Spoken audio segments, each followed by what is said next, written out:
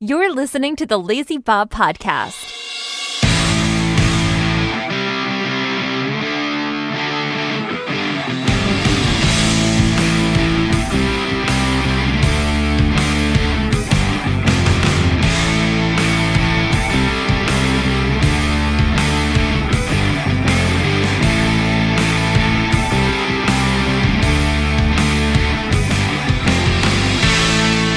What is going on, everybody? Welcome to the Lazy Bob Podcast.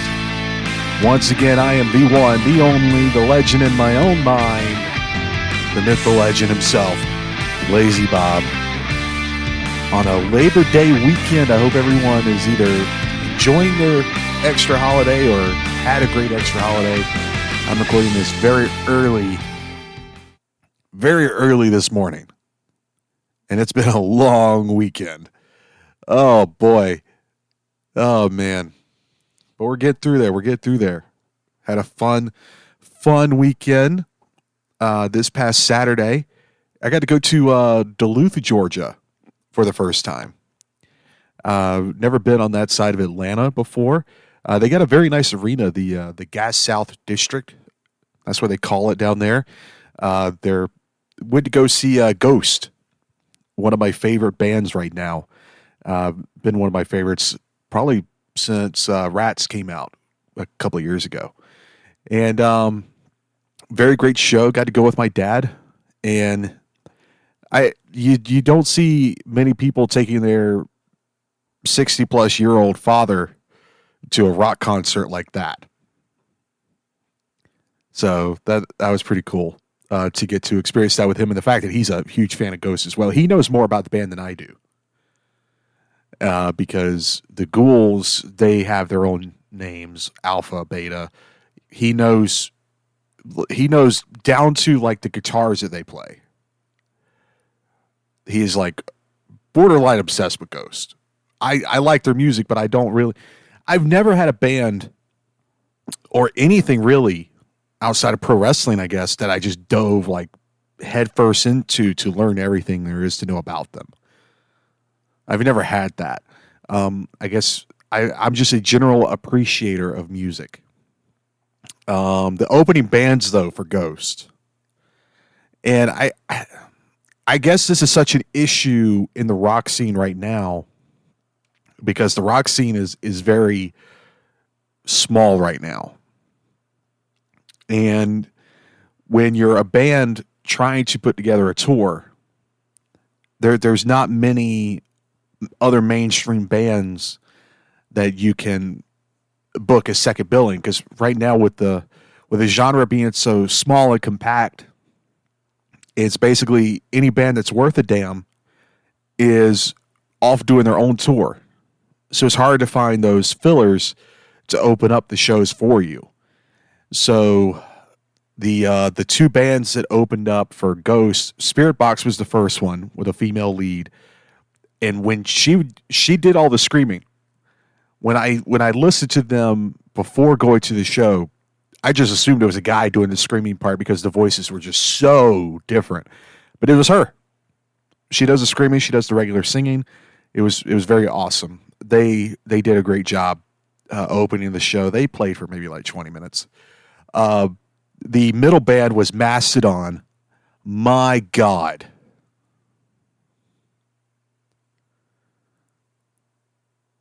I don't get it.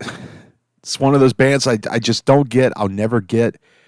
Either I wasn't drunk enough, I wasn't high enough, or I lack the brain injury to find what they did good. It was just a lot of noise. At one point, I had to get up and go out to the concourse area to take a break from the noise. It was just mind-numbing. It was terrible. And then on top of that, it's their hometown. They're from Duluth. So I'm pretty sure they were given more time than they normally would, because they went on forever. It felt like an eternity. And one song just bled into another, and it all sounded the same. It was so bad. And you had people there that were just excited just to see them. They could give a crap less about Ghost. But Ghost came out. They played for almost 2 hours. And it was an incredible show. If you go online and watch some of the live recordings of their tour, it's basically the same town from town, but it's still worth seeing live. If you like the band, it is worth seeing live. They're just so amazing live. But yeah, getting to travel around a lot more. Some of my friends are now kind of pointing out, how much I've been out and about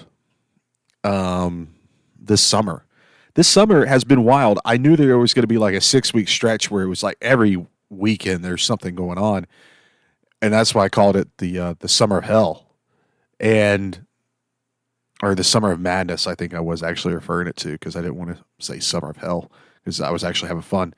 The summer of madness, it was like a 6-week stretch where just one thing after another. And I was so happy that when those 6 weeks were over, but then I started thinking, it was like, you know what? It actually doesn't end. I may get like a weekend here and a weekend there where there's nothing going on, but it doesn't end for me anytime soon. Like, it's going to continue pretty much through October at this point for me. Because I do have my trip that I'm going back to New Jersey in the middle of October. I get to go see my first NHL hockey game. I've been to hockey games before, but it's just been a local regional team here in Macon, the Macon Mayhem. At one point, they were the Macon Whoopee, but now they're the Macon Mayhem. I had season tickets to them last year. I've been trying to figure out a way that I could tell this story, and I guess I'll tell it now that I brought up the Mayhem. Like the bacon, I had an issue with not so much the Mayhem. Well, yeah, I have a problem with both the Mayhem and the building. The building that they're in. My problems with the Mayhem stem from someone who is not there anymore. He left. They're under new management. So I'm trying to give the Mayhem the benefit of the doubt on the issues that I had with the team themselves. But the issue that I had with the team was, while I didn't realize at the time that my ticket rep was like the guy for the team. Like, he was like one of the top guys making decisions on how the game day is ran. And I knew that they were putting in a big screen. I knew they were putting in the video boards. So I just casually said, it's like, hey, I've run these boards before at football events. I have over a decade of broadcast experience. I have over a decade of commentary experience and announcing experience. I understand the game of hockey, and I understand how live events are supposed to work. Just let me know how I can help, and I'll be more than willing to help. But in his mind, I'd rather have your money. So give me your money, and I'll give you a season ticket. And the season started out with some kid in the box doing the announcing. He couldn't get the names right. At one point, he was just saying numbers. He didn't understand what was going on. Pretty much anytime there's a stoppage in play in hockey, the players typically like pair off as if they're going to fight, but really they're just kind of just standing around. They're not really doing anything. And the first one of these like little, and every 5 minutes in a period, there's a media timeout. And the first media timeout they take, the refs blow it dead. The horn goes off to signal, hey, timeout. And the players just kind of are standing around. They grab each other by the collar. He's sitting there going, let's get ready to rumble. Thinking a fight's about to break out. No. We're 5 minutes into the first period of the first game of the season. Most of these guys don't even know each other's names yet. Like, literally, they've had maybe one practice together. They're not going to start fighting now. No. He was just very clueless to. I don't think this kid had ever actually watched a hockey game. It was terrible. It was so bad. Me and some of the other season ticket holders just laughed nonstop at this guy. He was terrible. He was maybe in that box maybe 4 games. Never heard from again. They kept using his pre-recorded little thing making the announcements, and even that was terrible. Like, you're pre-recording it. Do a take 2. You do a take 2 if you've recorded something like that that's going to be played over and over and over again. Do a take 2. And the video board, they didn't know what they wanted to do with it. And again, I offered to help. And they had every game, it seemed like they had someone else running the camera for the big board. No one knew how to operate the camera. At the top, you have the tripod, and then on top of it, you have the head that allows the camera to move. I'm watching people just hold the whole camera, the whole tripod legs in their hand, rotating the camera that way. Some people didn't know how a zoom worked. They didn't know how to do the white balance. They didn't know how to do the exposure. It looked terrible. I feel bad for anyone because this league has a pay-per-view service where you can watch the games no matter where you are. I feel bad for anyone that bought that service and tried to watch a Macon Mayhem game from Macon, because it was terrible. It was terrible. I feel bad for whoever watched that. And there's a fan group for this team, and they constantly complain about the announcing, the video board being a waste, how there's just so many holes that could be filled. And every one of those posts, I would go in there and be like, I've offered to help. I want to help, but they won't let me. They won't even talk to me about helping. They don't care. They're doing things the way that they want to do it. If you don't like it, too bad. But now that management is gone. There's a new management that comes in. But now I'm frankly too busy to help. So, oh well. I'll still take their phone call if they call. I told my ticket rep that much. I'll take their call if they call. If they don't call, I'm not going to lose any sleep about it. Okay? That's how that goes. The issue with the building stems from one event that happened.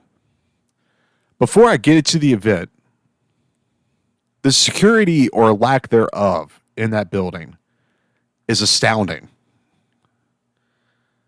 There's really no ushers. There's people that walk around in blue shirts. I think they're blue. It's been a minute. Either way, they really do not care where you sit. The only tickets they're checking to make sure that you're where you're supposed to be is the front row along the glass. Those are the only tickets I see them ever check. There's VIP tables behind the net on one of the sides. And those seats are super expensive. They don't check those tickets. You just walk down there if you want. There's no one there to check to make sure that you're supposed to be down there. You just go down there. Grab a table. It's crazy. But it's the Wild West. You can sit wherever the hell you want until someone with a ticket actually shows up. And the security, when you're at a hockey game, if you leave your seat, you can't come back until there's a stoppage. That's the way it's supposed to be. It's a lot to do with safety, because that puck comes flying up to the stands and you're trying to maneuver your way back to your seat. That puck hits you upside the head. You're going to want to yell at the building. These quote-unquote security people, they don't hold people in the tunnels. You're just walking around freely. So if you're in an aisle seat, be ready. Be ready. Be on the lookout. Head on a swivel.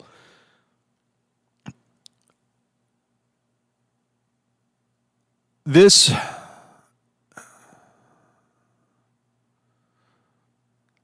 you know what? I'm not going to talk about it. I'm not going to talk about it. Because I feel bad for the girl. The more I sit here and think about it, I don't want to talk about it. I don't want to harp on it any. Dealing with brain cancer is bad enough. And have to be reminded that you're surrounded by a bunch of shitty people. I'm not going to bring it up. That's all I'm going to say about it. I'm not going to go any further into it. But hey, Ghost, that was fun. But no, when I go to Jersey, going back to West Point to see another Army game, I think it's their homecoming game that I'm going to be at. And then that night, going to the New Jersey Devils home opener. Never been to an NHL game. I've been to the Prudential Center, the Rock, before. There's a bar down there. I was there for Extreme Rules. I think that was where WeLC was. Is that where WeLC was? Or was that Izod? It was one of the Extreme Rules in New Jersey. It was at the Prudential Center. And we went to one of the bars that's right next to the building. Like, you look out the window of the bar and the main entrance is right there. And it was like either like their second or third day they were open.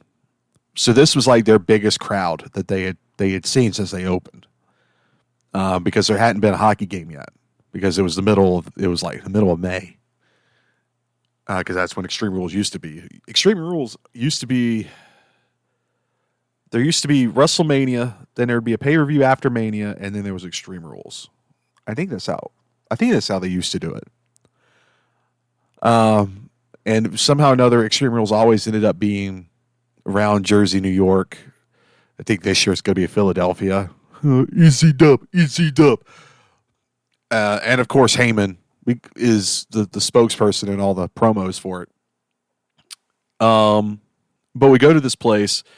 It's never been that busy before. The manager's running around behind the bar, tapping new kegs and giving me and my friends, because, you got to get the air out. So when you first turn it on, it's nothing but foam. So he would just like sit the glass in front of us, like, here you guys go. And, you just let the foam die down and you got beer. So that was pretty cool. And I was set next to the well station where all the waitresses for the tables picked up their drinks. And this one gorgeous girl, like gorgeous, and thinking back to how drunk I was, maybe not as gorgeous as I have her in my mind, but still hot. She was freaking out because of how many people there were. And so anytime she came up, I talked to her. And she was so interested in the fact that I was from Georgia and that I was all the way up there because of my friends. She didn't hold it against me that I was there because of a wrestling show. Travel all the way to New Jersey to hang out with my friends and go see a wrestling show. She didn't hold that against me, thank God. But at one point later in the afternoon, she came up. She's like, oh my God, I have been asked out like 5 times. And I just look at her dead in the eye and you're like, well, it's going to make it super awkward when I do it now. And she laughed so hard she snorted. And that's what I'm sitting there going like, I might actually have a chance here. In my drunken state, Shoes convinces me to write my phone number on my receipt and give it to her. I did. I gave it to her. I wrote it down. As we're walking out the door, I walk over to like the station where they're putting in their orders, and I just hand it to her. I didn't say what it was. I was like, here you go. Hey, have a nice evening. She may have thought I was giving her a tip. Who knows? And all of my friends were like, what are you going to do if she calls? And I'm like, go to her place. Yeah. Go to her place. She didn't call. She didn't call. Big shocker there. So yeah. Speaking of wrestling, there was a lot of it this weekend. I hardly watched any of it because I had to leave for Duluth like right in the middle of Clash at the Castle. And I slept most of yesterday, so I didn't see Worlds Collide, even though I don't really go out of my way to watch NXT. And I refused to buy All Out. I refused. Because as we talked before, I was losing my faith in AEW. The problem is Punk is just the man. Wednesday night, Punk comes out for Dynamite, and he looks like he's about to quit. He looks like he's about to give it up, like he can't do it anymore. And then his friend, his training partner, comes out and Ace Steel comes out and basically just starts berating him like, you're CM Punk, and the crowd just CM Punk chant, and then Punk gives like this really just inspiring, just, oh yeah, I am CM Punk. We are Chicago. I'm gonna, and the entire time I watch it, I'm going like, fuck yeah, yeah, come on, Punk, yeah. It's so weird how Punk has that ability, no matter how jaded of a fan you could be.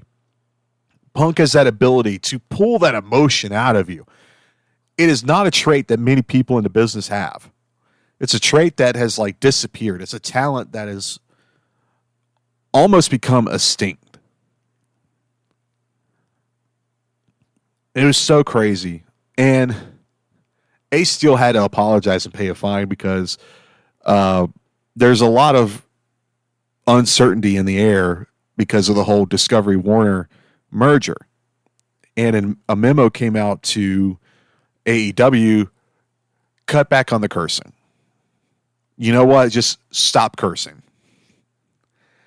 And Ace Steel, in the middle of his promo to Punk, dropped an F-bomb that they couldn't cut out. They weren't prepared for to cut out. So he came back and immediately apologized and had to pay a fine. That's where we are in wrestling. Poor AEW. They wore out their shit quota. They wore it out. And instead of only saying it and using it in situations where it mattered and means something, they just casually are dropping it 4 or 5 times a show. You know, the executives are eventually going to hear about it and stop it. But, you know, if you save it for the moments that where it can mean something and matter when you say it, we'll get into that more. But Clash of the Castle was first, and this really did have an NXT vibe. It was a 3-hour show, and there was only 6 matches. That's like Triple H's NXT one-on-one booking. You started off with a 6-woman tag. Bayley, Io Sky, Dakota Kai defeated Bianca Belair, Alexa Bliss, and Asuka. Good starter. Fun starter. Gunther defeated Sheamus to retain the Intercontinental Championship. Imperium is back together. All 3 guys back together. And what a match that was. Just 2 grown men beating the hell out of each other. Sheamus's chest. Poor Sheamus. You know, he's got that pale Irish skin. And Gunther just slapping the holy crap out of him. It looked like at one point Sheamus was bleeding from his chest, but it was just so red. I don't think he was actually ever bleeding. But my God, man, those two put on a show. Liv Morgan defeated Shayna Baszler to retain the SmackDown Women's Championship. I like Liv. I do. I wasn't one of the fans that was like, hey, she deserves to be a champion.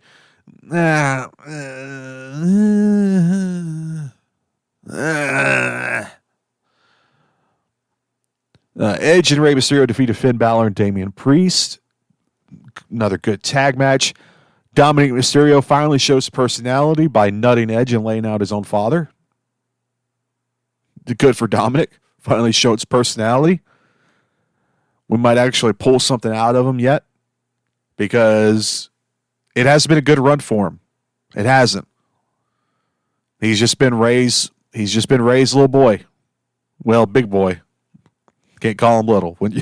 Can't call a kid little when he's taller than his own dad. But, you know, a little attitude out of Dominic. It's weird to do that basically after Dominic helped them win. It's a weird spot. It's an awkward spot to do it that way. Like, Dominic goes out of his way to interfere and distract Finn. And then, you know, Rey dumps out of the ring to wipe out Rhea Ripley to help Dominic out. And then they win.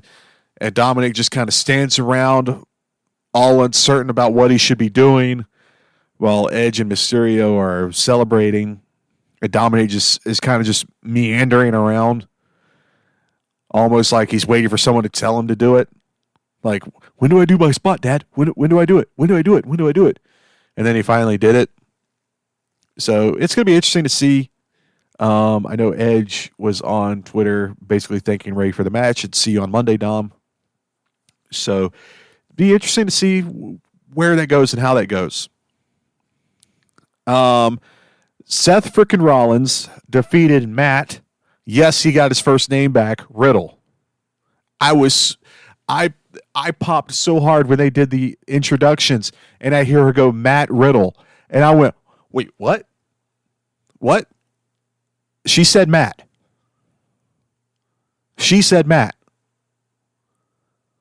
Because Matt Riddle got the Vince treatment and had his first name dropped to just Riddle forever. I don't understand the obsession with getting rid of people's first names. Don't get it. But, hey, we got Matt Riddle back. Old Riddle needs to learn how to protect himself on those curb stomps, because he was legitimately driving his head into the mat and got a nice big welt on his forehead for it. Seth Rollins wins. And listening to interviews that Rollins did leading up to the match when they were over in Cardiff, they did a lot of media. A lot more media than they would normally do. Like, the media had more access to the wrestlers, both leading up to this event and after the event. WWE even did a press conference, which was wild, to have the wrestlers out there in character, by the way. AEW, you pay attention? They had the wrestlers out there in character.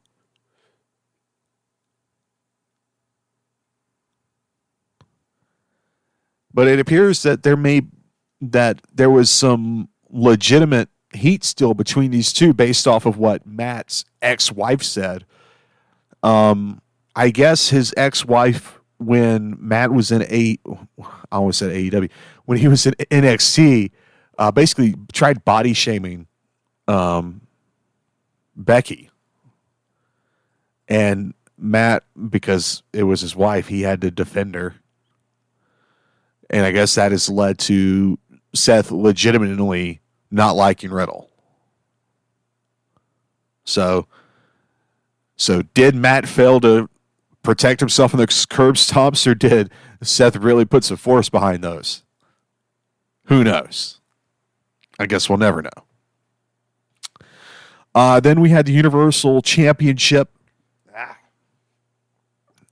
At one point, Theory came out with the Money in the Bank briefcase, tried to cash it in. Tyson Fury laid him out. So that comedy spot for Theory is still going strong. Yeah. But Roman Reigns defeats Drew McIntyre to retain the WWE Universal Championship, the undisputed, unified WWE Universal Champion, after yet another interference, but this time by the Usos' little brother from NXT. So the bloodline grows. The bloodline grows. Yet another non-clean victory for Roman Reigns to defend his title. How much longer are they going to keep that going? Yikes. But I mentioned that they had an actual press conference. Roman Reigns had probably the best one.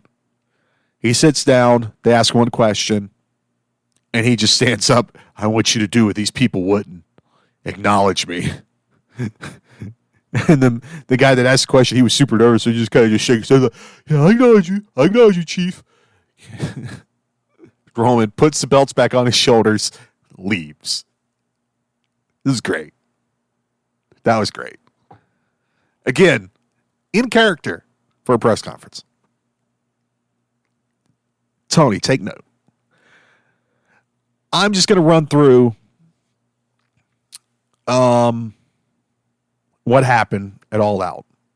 I know what happened. I've read all the reviews. I've watched some recaps. Not going to talk about the pre-show matches, because screw those. This show, the main show, hold on, let me see here. 1, 2, 3, 4, 5, 6, 7, 8, 9, 10, 11 matches on the main card. I don't know what the run time was. Let me just see if I can. All Out run time.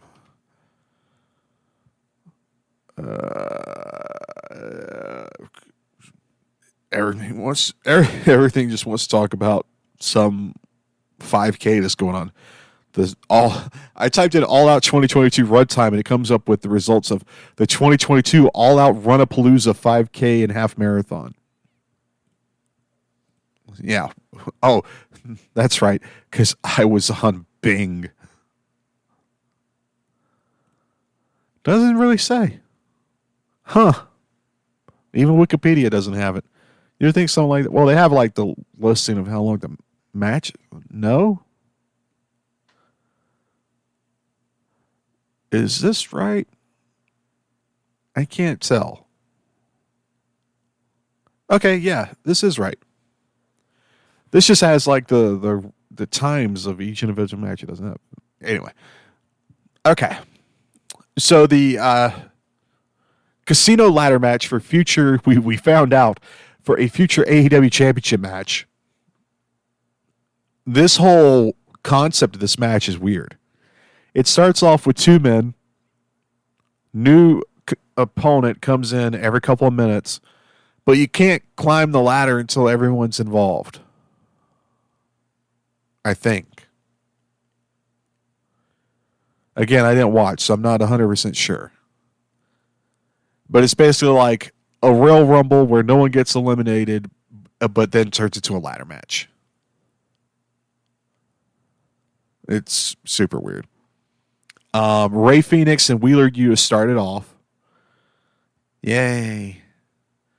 And then Roosh, even though it's spelled Rush, it's Roosh. Someone needs to put like one of those little like those lines over the U or something, because that's not Roosh, that's Rush. And remember, Roosh a few months ago had a unannounced, unpromoted,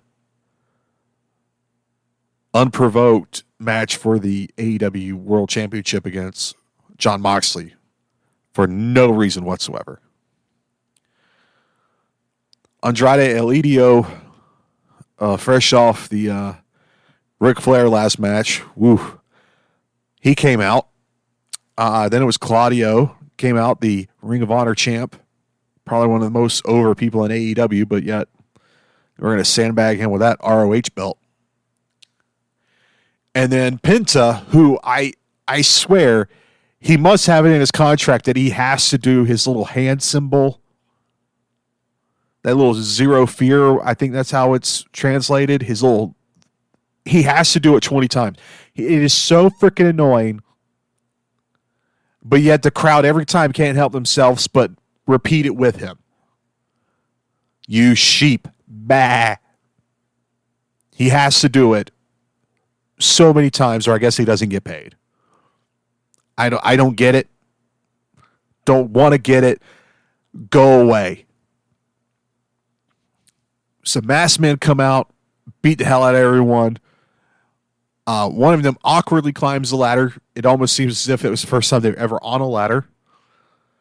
Before the last man comes out, and he takes down the poker chip that's hanging. Oh, sorry, my nose is running because it's early in the morning. I haven't had coffee or my OJ yet.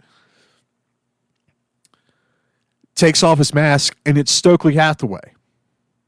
And the other guys take off their mask, and it's all the people that he's been signing these last couple of weeks. Then the Joker comes out. And it's just a guy in a mask. Stokely hands the chip to him, and the guy leaves without taking his mask off. That match was 14 minutes and 15 seconds. Then the Elite defeat the Dark Order for the Trios Championship. Man, Brandon Cutler and Michael Nakazawa, they won the lottery, man. They won the freaking lottery. Brandon Cutler, all he has to do is go out there, hold his little DSLR camera, and spray whatever the hell's in that can. That's all he's got to do. And he gets paid, yo. Nakazawa, he does a dark match every now and then when they film down in Orlando. Outside of that, he doesn't really do anything. So the Elite are now the Trios champions. This match was 19 minutes and 50 seconds. Kenny Omega and the Bucks. Jade Cargill defeated Athena in 4 minutes and 20 seconds to retain the AEW TBS Championship. Then Wardlow and FTR defeated Jay Lethal and the Motor City Machine Guns. Again, they're still a thing. In 16 minutes, 30 seconds. I remember Alex Shelley in TNA. Wasn't he like the paparazzi? He would come sit out. He would either come film people's matches, or he would come out to have his match and he would set a camera up on a tripod, just completely ignoring the fact that there's 8 other cameras in the building. I love gimmicks like that. I don't know why. So let's just ignore everything else going on. Let's just concentrate on what I want to do. Powerhouse Hobbs defeated Ricky Starks in 5:05. Swerve in Our Glory, still a name, defeated the Acclaimed in 22 minutes and 30 seconds to retain the Tag Team Championships, which are now pretty much officially second fiddle to the Trios Championship. The Bucks just dropped the belts. It's like, yeah, we don't care because they're not going to mean anything anymore.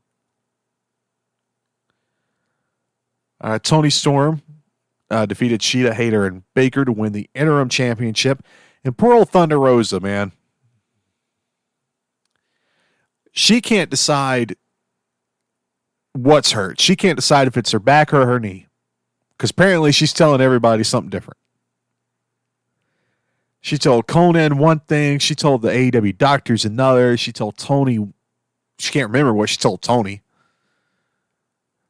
But they had to do it in a backstage promo because I think she wanted to do it out in the ring.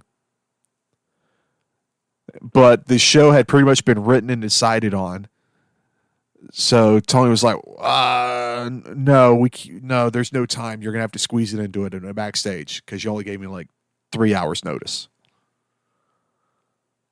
So I don't know if she's actually hurt or just politics or just doesn't want to do it. I don't know what's going on. Don't really care, honestly. So Toni Storm is the new interim champion. Again, why do we need interim champions? Just take the belt off her and just have Toni be the champion. It's not that difficult. Come on. That match lasted 14 minutes, 20 seconds. Backstory time. Story time. Story time with Uncle Bob.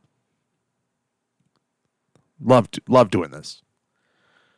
So Christian Cage was like the mentor and I guess manager for Jurassic Express, Jungle Boy, and Luchasaurus. Christian Cage turns and beats up Jungle Boy, and Jungle Boy goes away. Luchasaurus decides to partner with Christian Cage, basically doing his bidding, beating up people. Jungle Boy comes back. Luchasaurus decides to go back to Jungle Boy, allowing him to get his hands on Christian Cage.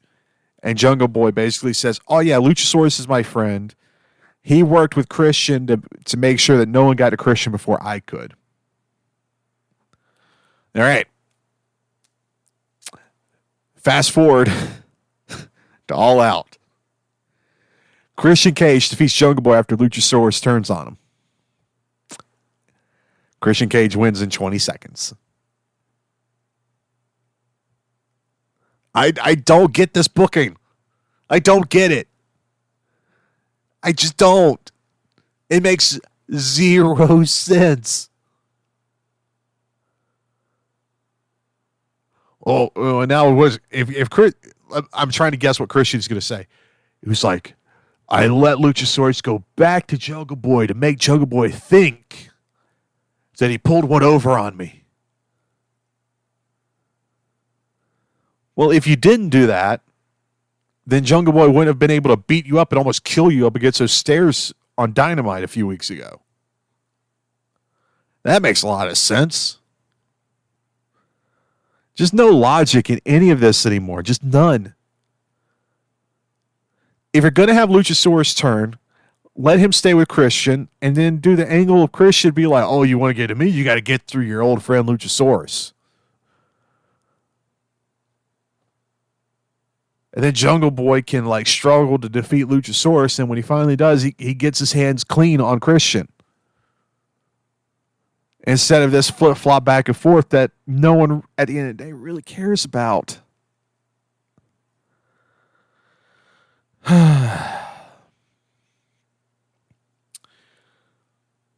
Chris Jericho defeated Bryan Danielson in 23-40.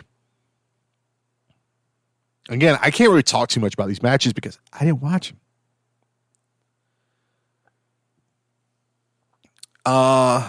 Darby Allin, Sting, and Miro defeated House of Black. And apparently, the whole thing about where AEW sent a notice to WWE, be like, hey, don't contract tamper. Apparently, that has happened because of Malachi Black. It is being rumored that Malachi requested to be released because he's unhappy with how he's booked and his push. Apparently, he doesn't like being in the House of Black. I don't know. He has cited personal issues that he needs time away to handle. But from what it's being rumored is that he is getting phone calls from WWE. And that he is trying to get out of his AEW contract so he can go back to WWE. And so AEW has said, no, we're not releasing you. And then that's when, around the same time that they had their huge talent meeting, and the notice went out to WWE, be like, hey, don't contract tamper. So things aren't going well in AEW right now. You got Triple H pretty much shopping right now. He's looking at the free agency market and go like, hey, who's available that we've worked with that I could do something with? And who can we potentially, summon away from old Tony? But backstage, apparently Chris Jericho cheated to defeat Bryan Danielson. Because we go backstage to old Daniel Garcia. And Daniel Garcia is disappointed in Jericho for cheating to win. And then I guess Jericho said, well, in your match next week, the Appreciation Society will not be there to back you up. Ooh. I don't know about you guys, but my spine is tingling for Dynamite now. Not really. CM Punk defeated Jon Moxley for the AEW Championship in 1955. Thank God. Thank God. Punk won. Punk restoring a little bit of faith. And then I may be back in. I said that it would take a Hail Mary to bring me back. And that promo that Punk did Wednesday night was the quarterback dropping back and throwing the bomb towards the end zone to where you knew the ball was going to make it, but who was going to catch it if anybody? Was the offense going to catch it for a touchdown to win the game? Is the defense going to catch it to cause an interception? Or is the ball just going to harmlessly hit the ground? What's going to happen? Well, the offense jumps into the air to make a play on the ball with Punk winning the championship. Then the offense catches the ball and comes down with it in the end zone, and the lights go out. A phone message plays of Tony Khan making an offer for someone to show up at All Out. What the hell? My Alexa just started talking to me. That scared the crap out of me. Where was I? That totally just threw me completely off. Holy shit. The phone message plays to make an offer to shut All Out. It's a big show. The fans need you. We need to make this happen. The masked man steps in front of the camera with his back turned, takes the mask off, and then throws a scarf over his neck. It's MJF. Touchdown, bitches. I'm back. I'm back in. MJF is back. He goes out there to just stare down Punk. He flips off the crowd and leaves. So we're getting another MJF Punk program. Love it. It's just so good. Punk and MJF just mwah. Then the media scrum happened for AEW. The media scrum happened, and Punk, man, you could tell that there was some stuff that had been weighing on Punk for a while. And it had to do with Hangman and Colt Cabana. And he basically called out the EVPs. And they need to be called out. They are terrible.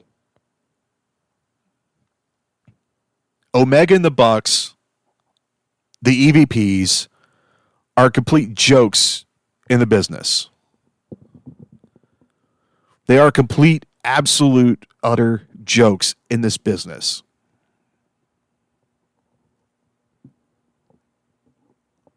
And the sooner that Tony Khan realizes the crap that he's got himself involved with by having those guys have any power whatsoever, the better off he'll be, the better off AEW will be, the better off the business in general will be. They're terrible. And apparently Omega and the Bucks were so unhappy with what Punk said in the media scrum. You need to go watch it. I believe it's like 20 minutes, but you owe it to yourself to go watch it because Punk speaks some truth. He speaks some truth. And Tony had to sit there like,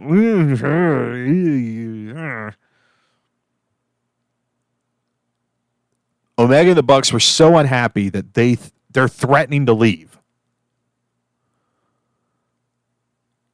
Don't threaten me with a good time. Bye. Go. Go back to Japan. Go back to the Indies. Do your circus bull crap. Wrestle with your blow-up dolls. You know, go wrestle with Effie, who jerks himself off in the ring. You know, go do the garbage death matches. Go back to Japan and wrestle little kids, Omega. Go. We don't need you. We don't want you.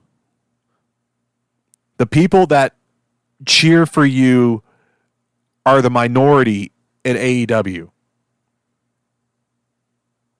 Because every time Omega and the Bucks come out, they lose viewers.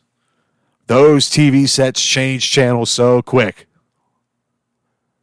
I think in Omega's return, I think they lost, 200,000 viewers when Omega came back? It was like, oh, it's Kenny Omega, click. 20,000 people, click. At one time, click. That's not good. And the faster Tony Khan realizes that, the better. Let them go. Bye. We don't need you. No one missed Omega while he was gone. No one. No one missed him. That's why he rushed to come back. That's why he's still hurt. He shouldn't be back. He is still hurt. He came back because he realized the company's moving on without me. No one's missing me. I got to come back. No one cares. If the Bucks were to go away, no one would care.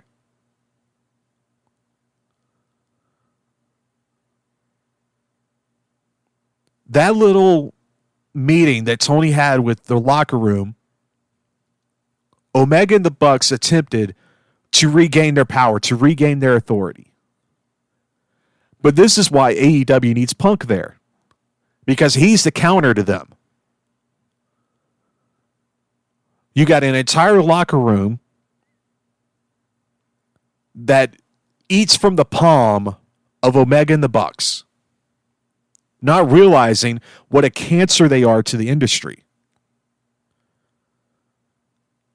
So you have Punk there basically just trying to show them the light.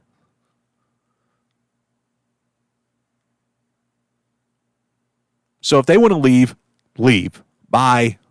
Bye. If they leave, I might actually have to start watching AEW on a regular basis. Might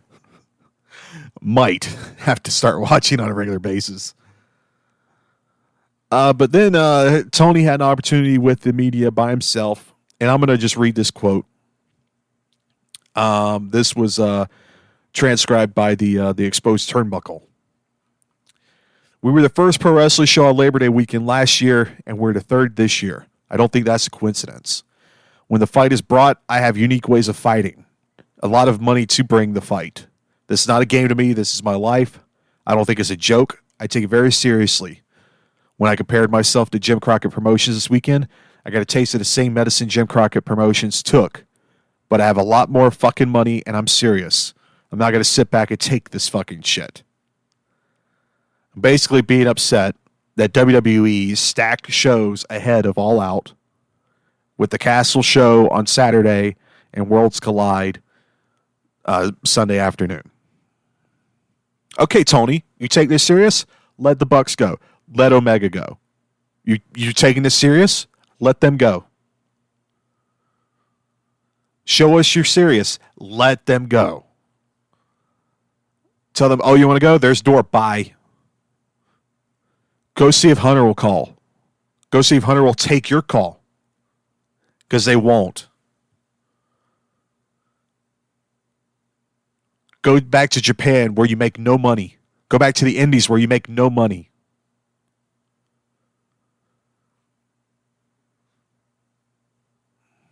But I don't think Tony will ever change. I don't think Tony will ever learn. He says that, he wants to fight.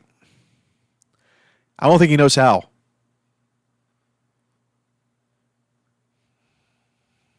But we got Punk back. We got MJF back. Finally.